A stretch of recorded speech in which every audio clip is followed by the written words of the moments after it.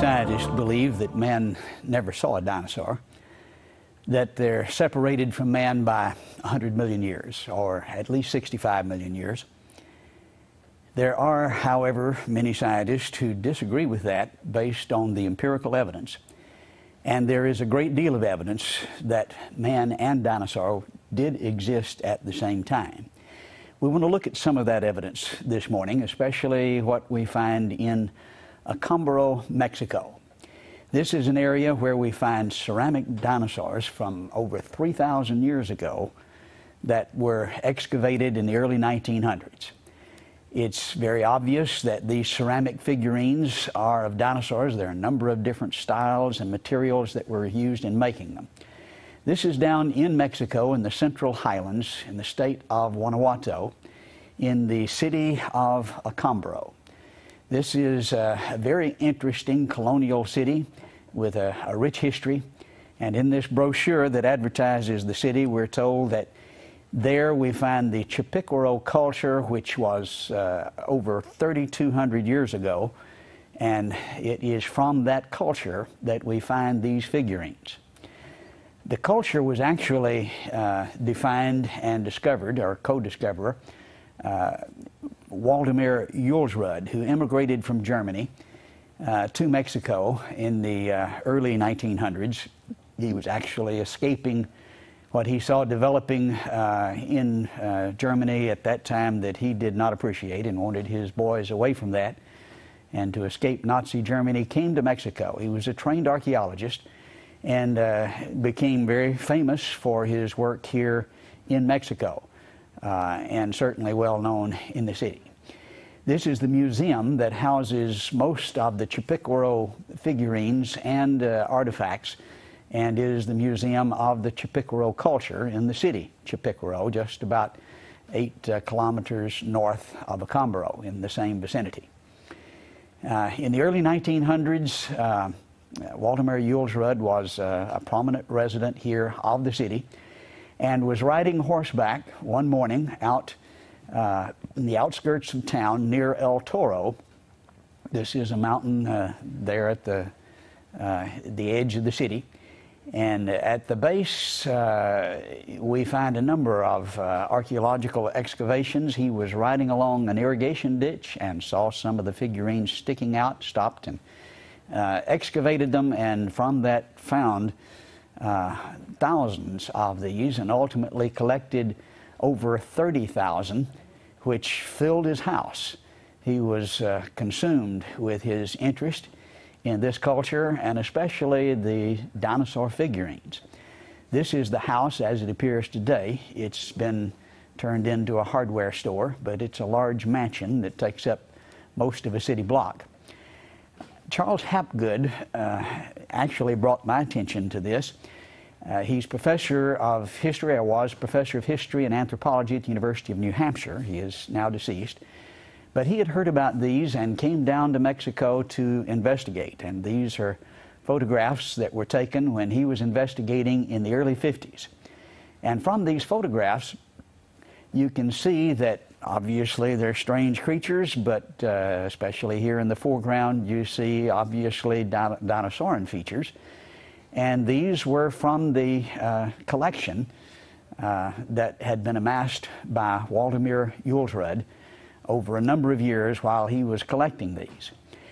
Hapgood enlisted the aid of Earl Stanley Gardner, who was a friend, obviously very good at investigating mysteries. He was a criminologist. He had been district attorney in the county of Ventura in California for over 30 years, and of course had written the Perry Mason stories. And he's the author of those famous TV, movies, as well as many, many books. He's referred to on the website that describes him as the world's most famous lawyer. He wrote a book about this mystery called The Host with the Big Hat. The same author that wrote Perry Mason described this mystery and his investigation of it. Obviously, it's controversial because it describes the coexistence of humans and dinosaurs, and some scientists would just dismiss it outright because of the philosophical implications, not because of the actual evidence.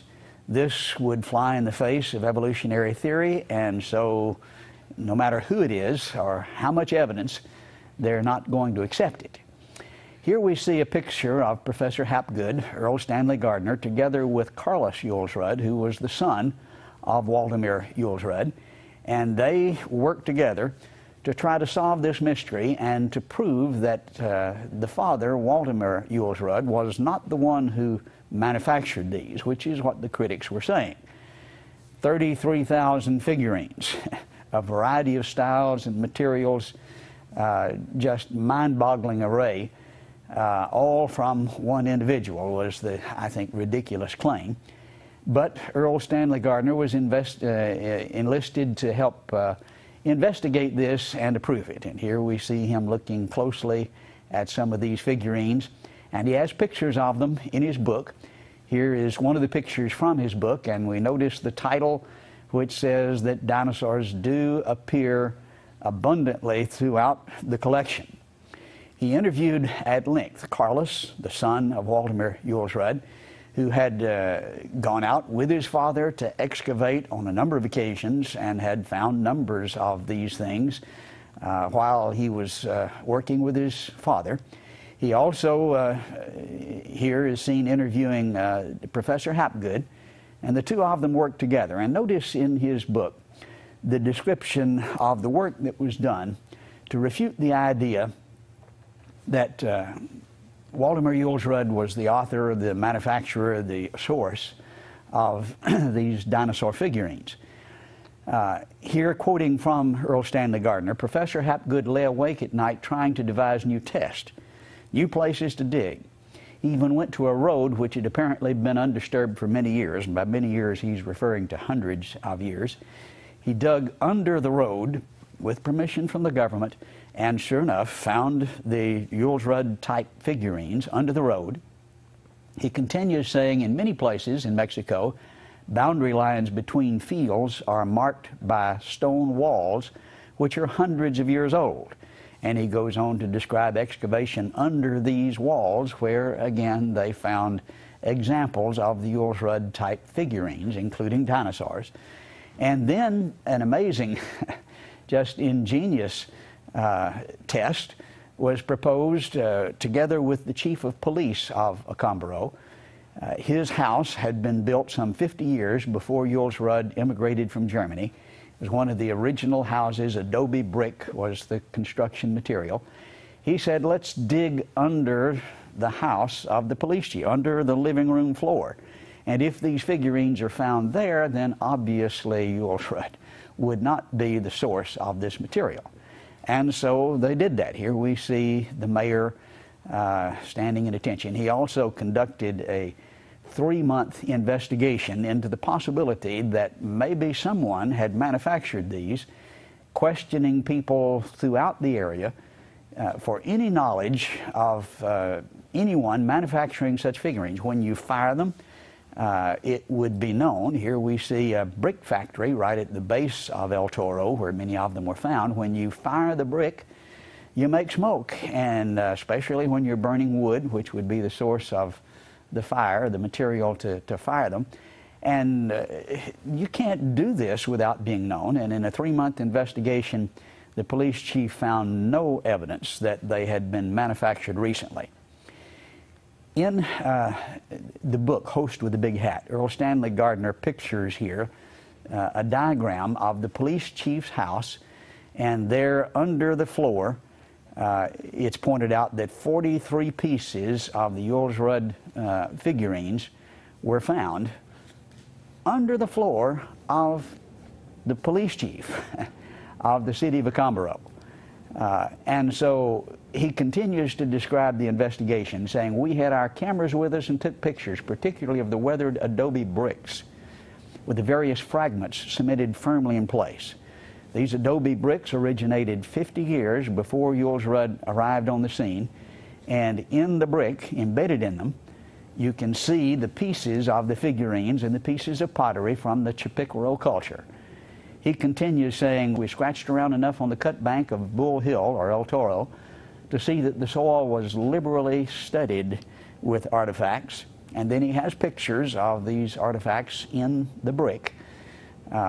Obviously, Jules Rudd didn't do this, and then concludes, and this is a very flat-footed statement for a criminologist, a careful scientist to make. He says, "It is absolutely, positively out of the question to think that these artifacts, which he saw, could have been planted." Now that's Perry Mason, or Earl Stanley Gardner's conclusion. He proved it. In his mind, there was no question but that these certainly go back much further than Earl Stanley Gardner.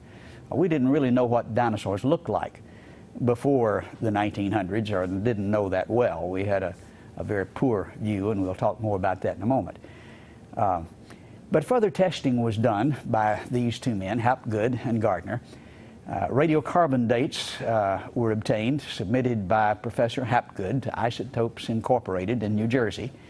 And sample number one was about 3,500 years, and then 6,400 years, and then 3,000 years. And so there was a significant range. But if these are over 200 years, they are before we knew anything about dinosaurs, and they're supposed to have been gone then for 65 million years. Well, 6,000, 3,000, 2,000, probably just over 3,000 years ago, we have figurines. They were also submitted by Professor Hapgood to the University of Pennsylvania Museum Testing Facility for thermoluminescent dating, which is probably the most appropriate dating system for pottery. We won't go into great detail about how that works, but it's a different type system and particularly suited for pottery. Sample number one came back about 2,500 BC, and then number two and number three and number four all right on the same date, 2,500, very consistently. And this would logically be the most reasonable conclusion for the date. Obviously, these labs are going to come under scrutiny for putting out such material, and that was the case here. Nevertheless, Dr. Rainey, who's director of the Pennsylvania Museum, issued a statement regarding this, defending his conclusion. He said, "We've had years of experimentation both here and at the lab at Oxford. We have no doubt at all about the dependability of the thermoluminescent method. I should also point out," he continues, "that we were so concerned about the extraordinarily ancient date of these figurines that Mark Hahn and our lab made an average of 18 runs on each one of the four samples. 4 samples, 18 runs on each one, because this is extraordinary information." And they still continue to get the same consistent dates. He continues then saying, "All in all, the lab stands on these dates for the Jules Rudd material, whatever this means in terms of archaeological dating in Mexico or in terms of the fake versus authentic pieces. The lab takes the stand because they were extraordinarily cautious and made 18 runs on 4 samples. Well, they took even greater flack when this letter came out, and 3 months later he withdrew it without giving any reason at all. I think I know exactly why he withdrew it, but he certainly was not because of empirical evidence. It was because of the philosophical pressure of his peers. With such information, I was intrigued. What is the truth? What is the answer to this mystery in Accombaro? I went down with Dr. Dennis Swift to personally investigate this material. We were there in 1999 twice, and then in 2000, and actually we've made about a dozen trips now. When we first got there, this is the scene that depicts where they were, and actually they were locked in this door that you see in the background, behind that door with a padlock in the back of the police department. They were hoping nobody would find out about it. They were hidden and had been there for about 30 years. Why? Well, this is an embarrassment. You're not supposed to find evidence of humans and dinosaurs, and they wanted to appear intelligent. And it took a great deal of effort to get that door open. But we finally did, and with pressure, actually, from outside sources, political pressure, we were able to examine 2 of the 60 crates of materials that were stored behind that door the first time that we came down. And sure enough, even in just the 2 crates, which is a random sampling of over 60, we found strange ceramic figurines, including figurines of dinosaurs. The second time we came down, we were able to examine more crates, still not all of them, but here we have a number of them spread out on the table. Dr. Swift is actually mocking the great security with which these were guarded. They had a soldier there with an AK-47 guarding us, and as we looked at these figurines, he grabbed it from him and posed with the figurines. But they had been, of course, under lock and key. Nobody could see them. But with our investigation, we finally brought them to light and were able to make photographic record of a number of these. We see in this picture an amazing variety, both of ethnicity and styles and materials that are reflected in these figurines. Of the 33,000, about 2,600 of them are of dinosaurs, and I think you can see that very obviously here. One amazing thing about the sauropod types is that many of them were shown standing upright. We didn't know about this until Robert Bakker told us this in Dinosaur Heresies in his book 1986. But it looks like he had one of the Accombaro figurines shown here on the right as a model for what he illustrated in his book, Dinosaur Heresies. Of course, then Spielberg convinced us all that they stood upright. But 3,000 years ago, obviously they knew that down in Accombaro. Now, this is what we thought dinosaurs looked like way back in about 1850. This is supposed to be a picture of an iguanodon, one of the earliest dinosaurs that were excavated. Well, that's not very close, but that's what we thought in 1850. By the turn of the century, this was 1895, we had him depicted differently, kind of a stand-up alligator with a long tail dragging the floor. Not very accurate, but closer. But now then we know that Iguanodon looked like this. This is a restoration from the year 2000. So now we've got a pretty good idea. Notice the almost horse-like head and the tail that sticks out right. The ossified tendons along the tail show that it was stood outright like a bird. If it drooped to the ground, that meant it was broken. But notice how the people in Accombaro depicted this over 3,000 years ago.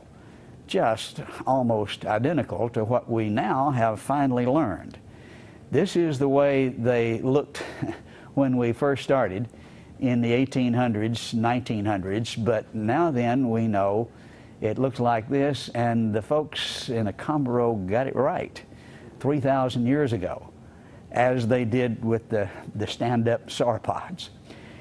Another figurine appears to look just like the ankylosaur that we see depicted here.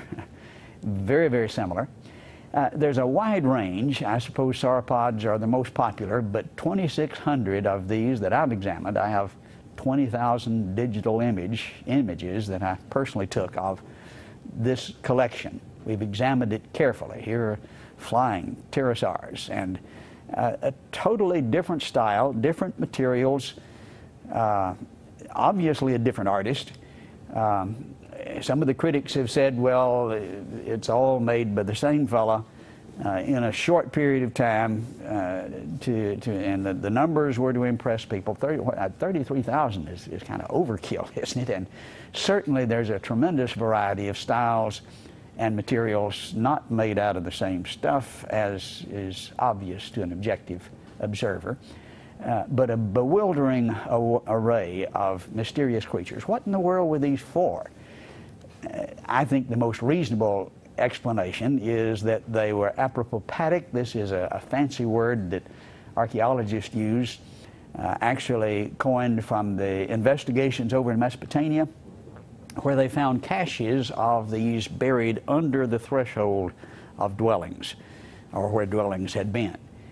And we find these often in caches of 20 up to 30 packed in sand, surrounded, of course, by the clay soil. And it would appear that they were buried carefully. Some have suggested maybe the enemies were coming and they buried their gods, their idols, to protect them from the invasion. I strongly suspect they were like the apopropattic figurines in Mesopotamia that were buried under the threshold to ward off evil spirits. And that's what this fancy word means. It's to scare off the evil spirits. Well, if you're going to scare off spirits, I suppose dinosaur figurines would be as efficient as any. But the bottom line, we don't know. These are several different ideas that have been proposed. It's interesting to notice again that in 2600 you've got a tremendous variety, and the association with people seems to be closer and more frequent with the juvenile forms. I think I can understand that if you watch Jurassic Park, but some of the juvenile forms are depicted, they're kind of cute, and we can see why humans might be more closely associated with these forms. We also find, besides dinosaurs, other out-of-place figurines. Here is a horse. This is typical of the Pleistocene horse, Ice Age, which wasn't supposed to be in Mexico till the Spaniards brought the horses. Here's another one that is with a man trying to ride it, who has lost his head. It's broken in this figurine.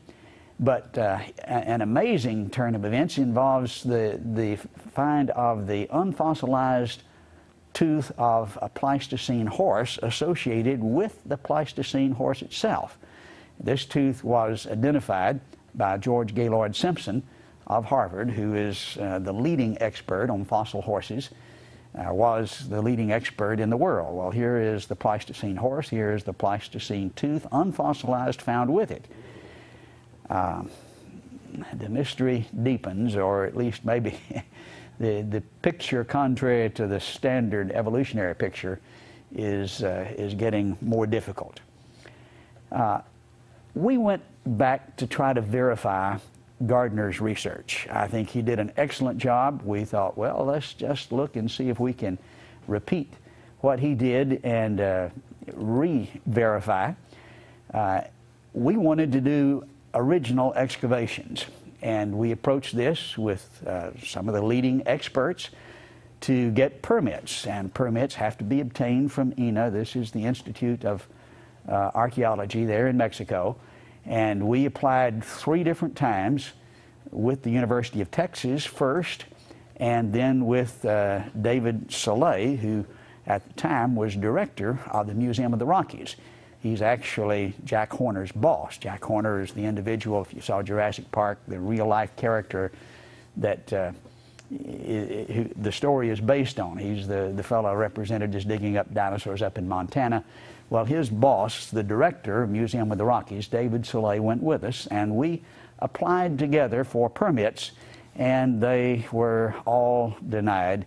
And we were told firmly, actually the mayor of Acambaro was told, that we would never be given a permit, that the implications would not be allowed.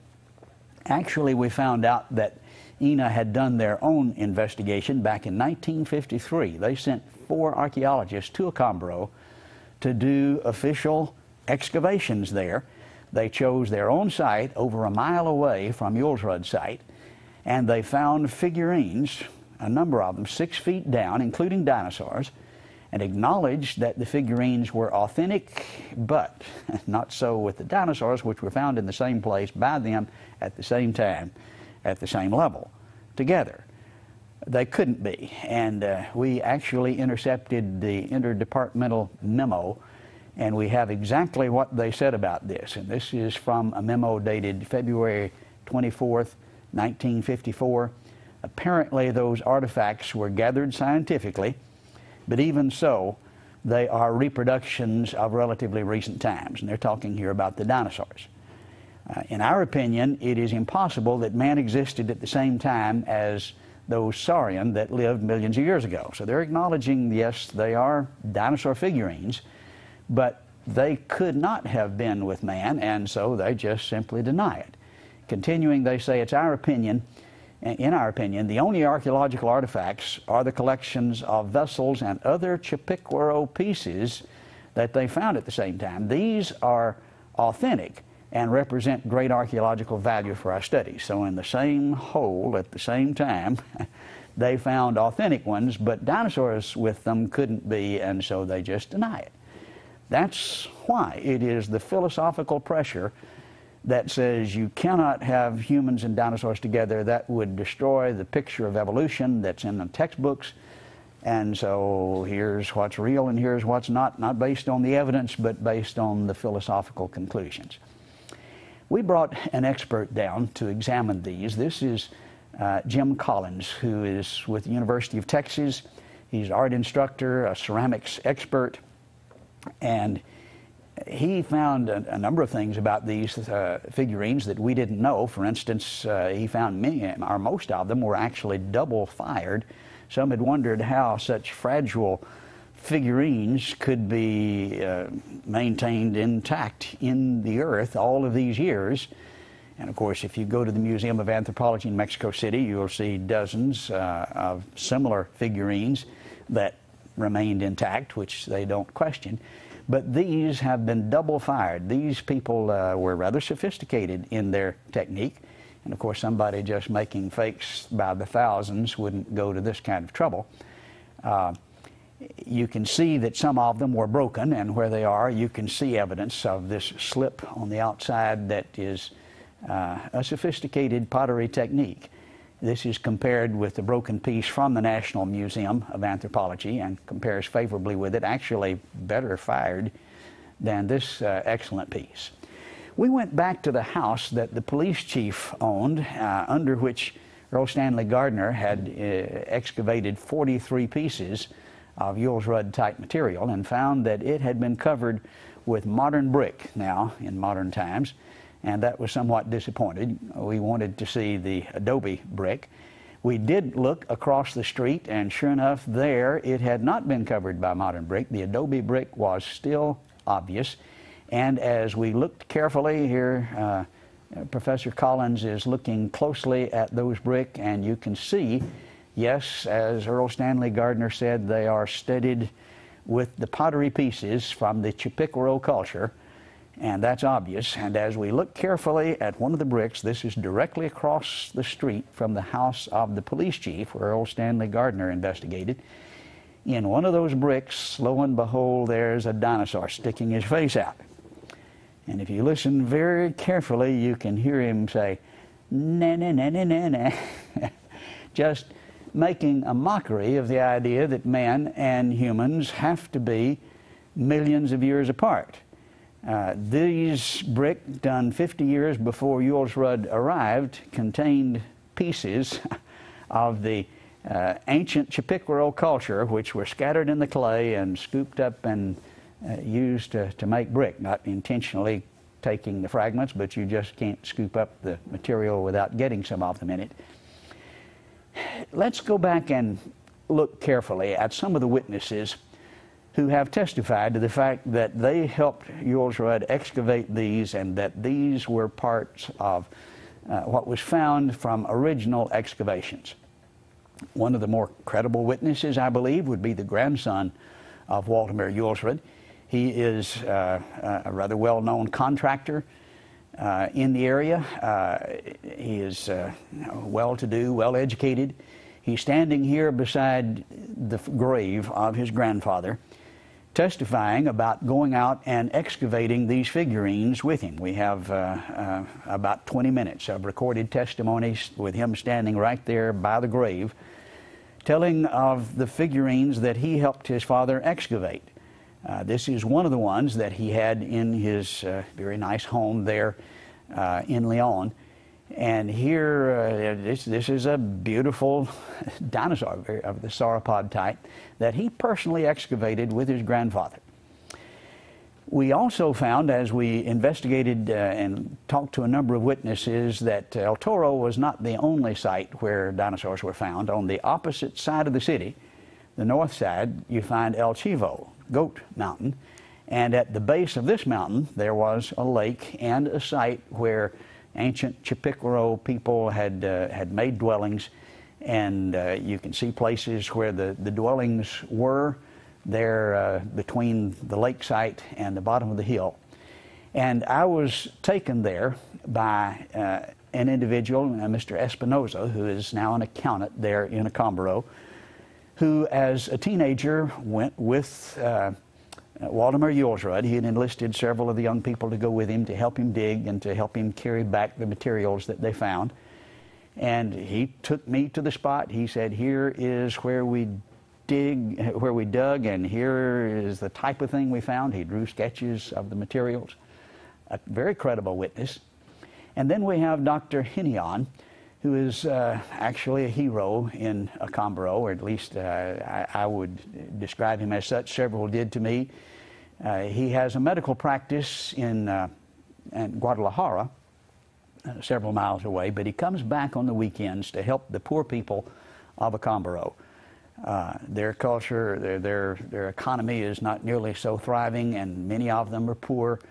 And he practices medicine there in Acámbaro free of charge to help those who are poor. He could run for mayor and win hands down. He's not interested in that. He's interested in helping people.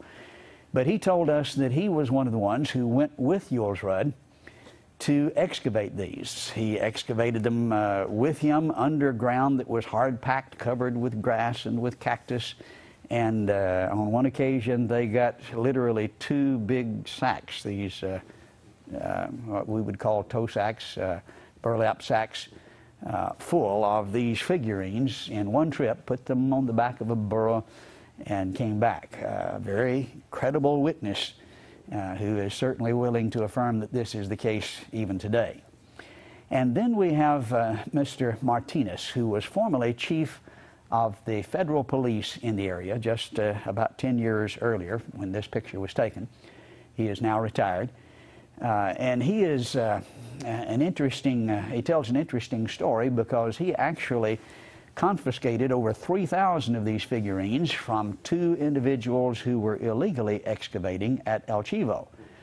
They had found where a number of these were buried, and they were just digging up a storm in the middle of the night and selling them across the border. And he caught them and put them in the federal penitentiary. They were convicted of dealing in illegal artifacts. And so the federal government decided these were real, authentic antiquities and put them in jail. He said among these artifacts that they had excavated were dinosaurs, and he drew sketches of several of them. They were then added to the Julsrud collection, which is there in Acámbaro still today. But some people will say, well, Julsrud was the source of all of these. Well, we can prove they were there before Julsrud. We can prove they were excavated after Julsrud. And the federal government actually helped us verify that by convicting these people who had excavated them there at El Chivo and are now doing time for that crime. Then we have Mr. Perea, a very interesting individual. He was former director of archaeology of the Acámbaro zone of the National Museum of Anthropology in Mexico City, the largest anthropological museum in the world. At the time Julsrud was in Acámbaro, he was the director of archaeology for the area, and it was his job to verify and to authenticate the finds. And he and Julsrud were actually antagonists. They didn't get along well at all because Julsrud didn't go to the trouble of getting permits most of the time. And he would complain and threaten to put him in jail, and they fussed and fought all the time. But he saw the figurines that Julsrud excavated. Furthermore, the farmers at the time continually found such figurines, and he was called in to authenticate and verify. He said he saw hundreds of them, excavated by farmers that Jules Rudd had nothing to do with. Many of them took them to Jules Rudd, who would often pay the farmers just a small fee to help increase his collection. He worked with Ramon Pinachon, who is perhaps the most famous archaeologist in Mexico history. He was 20 years president of the National Museum of Anthropology, again, the largest anthropological museum in the world. And they particularly worked together on a dig at Chipicoro in the 1940s, where they were getting ready to flood the area, putting up a dam, and had to move some of the tombs, the graves of the ancient Chipicoro sites. And here we see a picture of that dig with an early picture of Ramon Pinachon and Beatrice, his wife, whom he met on that trip and married. She became an archaeologist and is still an archaeologist, serving in one of the museums there in Mexico City today. We found the permit from INAH, which authorized this dig. We found the notes. This is actually in the museum in Chipicoro of the dig, and they have displayed a couple of the pictures. I took this picture of some of the artifacts that came from that dig, supervised by Ramon Pinachon. Mr. Perea, who was there representing the museum at the time, he was the director of that area, worked with them. He says in this tomb, the ones in this picture, they found a dinosaur. That is not a figurine, but an actual dinosaur that was about 30 feet long. He said it had the short little front feet and the huge long legs, about 3-foot head with the huge teeth. We have his recorded testimony, about 2 hours of a detailed description of exactly what they found. He said Ramon Pinachon took pictures of this. He has the pictures. Well, that pricked our ears up. Ramon Pinachon had been dead about 2 years at that time, but his wife, we suspected, would have the pictures. We went to her. She said, yes, I had them. I've seen the pictures. I have donated them to INAH, the Institute of Archaeology. Well, that was disappointing because they had stonewalled our effort to get permits. But she called them at our request, asked them to allow us to examine these photographs. We got in a cab. We went immediately to the Institute of Archaeology, walked in the door. The supervisor there who met us recognized me in my previous attempts to get permits, and he said, no, you cannot see them. He had promised Beatrix Pinachon that we would be allowed, but he says, I don't care what I promised, you can't see them. This was a stonewall. We've run into this several times. That information is there, it's being covered up. Interestingly, in association with that, we found this picture of Waldemar Jules Rudd, which is in the museum there today, the Jules Rudd Museum, which we'll look at in a moment. And here he's standing with a large dinosaur bone. In his book, Enigmas of the Past, he describes finding, partially buried, a dinosaur with fresh bones, that is unfossilized, and here he's standing there with one of those bones. And we took the picture to some experts to see if they could identify that. And here we see Brooks Britt of the Department of Geology at Brigham Young University making the comment, the large bone appears to be a sauropod rib. And so we find the tooth from the horse, we find the sauropod rib, we find the testimony of a buried dinosaur from Mr. Pena, who was director of the Institute of Archaeology there for the Acámbaro Zone, or at least the Museum of Archaeology for the Acámbaro Zone, all testifying that there were dinosaurs not too long ago, unfossilized remains. As we look at the incredible variety of styles and materials and subjects of the 33,000 figurines, it's just mind-boggling.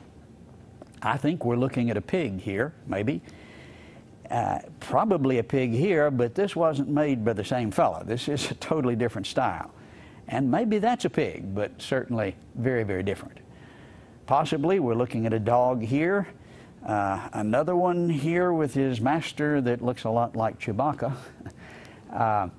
Here's, I guess, a bird, rather stylistically done, and another totally different bird. But the array of styles is just mind-boggling. Professor Collins estimated there were at least 100 different artists that were involved in producing this vast array. It's interesting to notice the variety of ethnicity that's represented. This appears to be an Egyptian motif from some of the figurines, again from the collection. And many of them are very Oriental in style, as you can see here. And some of them are very African in style. It seems undeniable that these have an African appearance, while others are very European. Again, from 3,000 years ago. Notice the very artistically done dinosaur here compared with a totally different style, not done by the same artist. And I don't know who did that, maybe somebody with a nightmare that got scared to death by them. But certainly different styles. Here's a rather stylistic, artistically done dinosaur, very different. Some of them almost cartoonish. Again, totally different styles, different materials, obviously different artists. But a vast array, and as we look at the general configuration, is there any doubt what's being depicted here? They had to have been seeing the dinosaurs some 3,000 years ago. And here's just example after example. This Diplodocus type looks like it stepped out of a Spielberg movie. Again, if you know dinosaurs, you recognize immediately some of these forms, and though some of them are cartoonish and stylistically done, there's no question as to what we're looking at. Here's the Stegosaurus. This is another one, but a different artist did this one in a totally different style. Again, one after another, you see unquestionable resemblance. Many of them were in the form of pendants with a hole in the center they wore around their neck, again lending credibility to the idea these were to scare off the evil spirits. But we saw literally dozens of these, and many of the figures of the people could be seen with these pendants sculpted in the figurine. Man with dinosaur. How do you avoid the conclusion? Many of them are seen fighting. Sometimes the man's getting the best of the fight, and sometimes the dinosaur, and usually with smaller ones. We would assume more juvenile forms. Here the dinosaur is getting the best of him. Many times with the juvenile forms, as you can see, some of them still showing some ferocity even as juveniles. But the depiction of them fighting together, here the dinosaur getting the best and here the man getting the best, shows the kind of conflict that very likely was going on at this time. Here's one with a spear in his neck, but very closely resembling our modern knowledge of what dinosaurs look like. This one is my wife's favorite. We could go on and on and on. 2,600 of them. On a recent trip to Mexico, we made additional discoveries here at the foot of El Toro. Actually, we didn't do the digging, but this was done by an individual who was digging clay for bricks. He has his own brick factory and permits to take clay from this area right at the foot of El Toro, not far from where Jules Rudd had done his excavations. And he showed us a number of the beautiful vases and figures that he had gotten from the area, and one of them was extremely interesting. This dinosauran type creature is very similar to the Bullosaurus depicted here by Romer. A very obvious similarity, but again the dermal frills along the back are typical of the dinosaur type. And a number like this were found, and this was done, of course, in about the year 2000, 2002, 2003, continuing the excavation. He continues to find these long after Jules Rudd, of course, has passed away. They continue to be excavated in spite of INA's strong effort to keep us from doing that. We can't, or we would be in jail because we don't have the permits. But he did have a permit to get them for his brick factory, or at least to get the clay. Now then, these figurines are housed in the Waldemar Julsrud Museum there in Accombero. When we arrived on the scene, they were locked in the back of the police department. As we began to tell them the significance and began to present the evidence and show how they had been verified from various sources, they decided this was significant information, and in spite of Ina's opposition, they put up a museum, and they're very prominently and very professionally displayed, and you can go to Accombero and see these and hear the story of Waldemar Julsrud and see some of the pictures that we've shown you. We see the director of the museum today on the left, together with the wife of an archaeologist who has helped us there, Dr. Swift and myself in front of the museum in a picture taken recently. Now, let's summarize the evidence. There is the radiometric dating, which helps us understand, especially with a variety of examples for a few thousand years. Radiocarbon first, according to Hapgood, some 3,000 to 6,000 years, and then thermoluminescent dating that was consistently at about 4,000 years, or 2,500 BC. And then also a recent radiocarbon dating was done by Neil Steedy, which indicated 1.5 to 4,000, a range. But still, if you have it more than 200 years, again, you have the destruction of the story that's told in the textbooks. Looking at the witnesses and summarizing, there's Waldemar Julsrud, who was co-discoverer of the Chipicoro culture, collected over 37,000 artifacts, wrote the book, Enigmas del Pasado, or Mysteries of the Past. Carlos Julsrud, his son, who also described excavating dinosaurs with his father, and then the grandson, Carlos Julsrud, who described excavating dinosaurs with his grandfather, and recorded that testimony beside his grandfather's tomb and showed us examples that he'd excavated. There is Dr. Hinion, physician Guadalajara, that described his excavations with Julsrud as a youth and sketched some of the dinosaurs that he found. There is Mr. Espinozo, who is an accountant, who personally took us to the site where he had excavated and also sketched dinosaurs that he had found. There is Carlos Perea, who was former director of archaeology of the Accombero Zone of the National Museum of Anthropology, who described excavations with Ramon Pinachon, dinosaurs and humans together. And then there's Charles Hapgood, professor of history of anthropology at the University of New Hampshire. He excavated dinosaur figurines under roads, helped excavate under the house of the police chief and under walls, stone walls that had been there for hundreds of years, and wrote the book Mystery of Accombero, detailing his investigation. Together with Earl Stanley Gardner, the famous author of Perry Mason, a criminologist, a district attorney in the Los Angeles area for 30 years, proved, I think beyond any shadow of a doubt, he certainly claimed so, that the figurines predated Julsrud beyond any shadow of a doubt. And then there's the mayor of Accombero, who worked together with Earl Stanley Gardner and conducted his own 3-month investigation for fraud, trying to find anyone who knew anything about manufacturing these things, and allowed the excavation under his floor. There's Mr. Marinas, number 10, who was the chief of federal police. Guadalajara confiscated over 3,000 of these figurines from 2 who were excavating illegally, including dinosaurs in the collection, and sketched those for us. Now that's a huge collection of witnesses.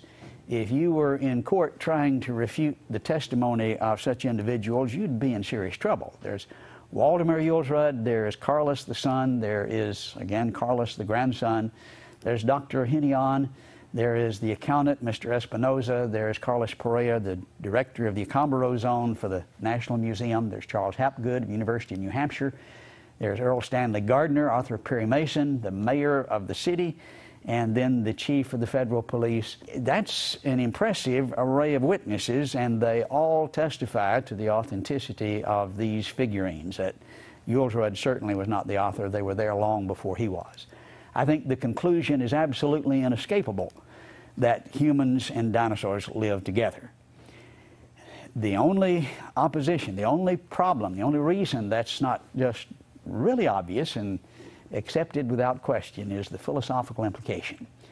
NOVA did an investigation of some of this material, produced the brief video, God, Darwin, and the Dinosaurs, in which they discussed the subject, dinosaurs side by side with humans, particularly with reference to the evidence at Glen Rose, Texas. But they showed clearly the implications, saying finding them would counter evidence that humans evolved long after dinosaurs became extinct. Now that's the fundamental conclusion that they will deny and will not accept, and back up the claim that all species, including man, were created at one time. Now that's the significance, according to NOVA, and I think they're absolutely correct. That's why many refuse to accept the obvious implications. I think we ought to be honest and just follow the evidence where it leads. That's good science, that's good archaeology, and that's what we ought to believe.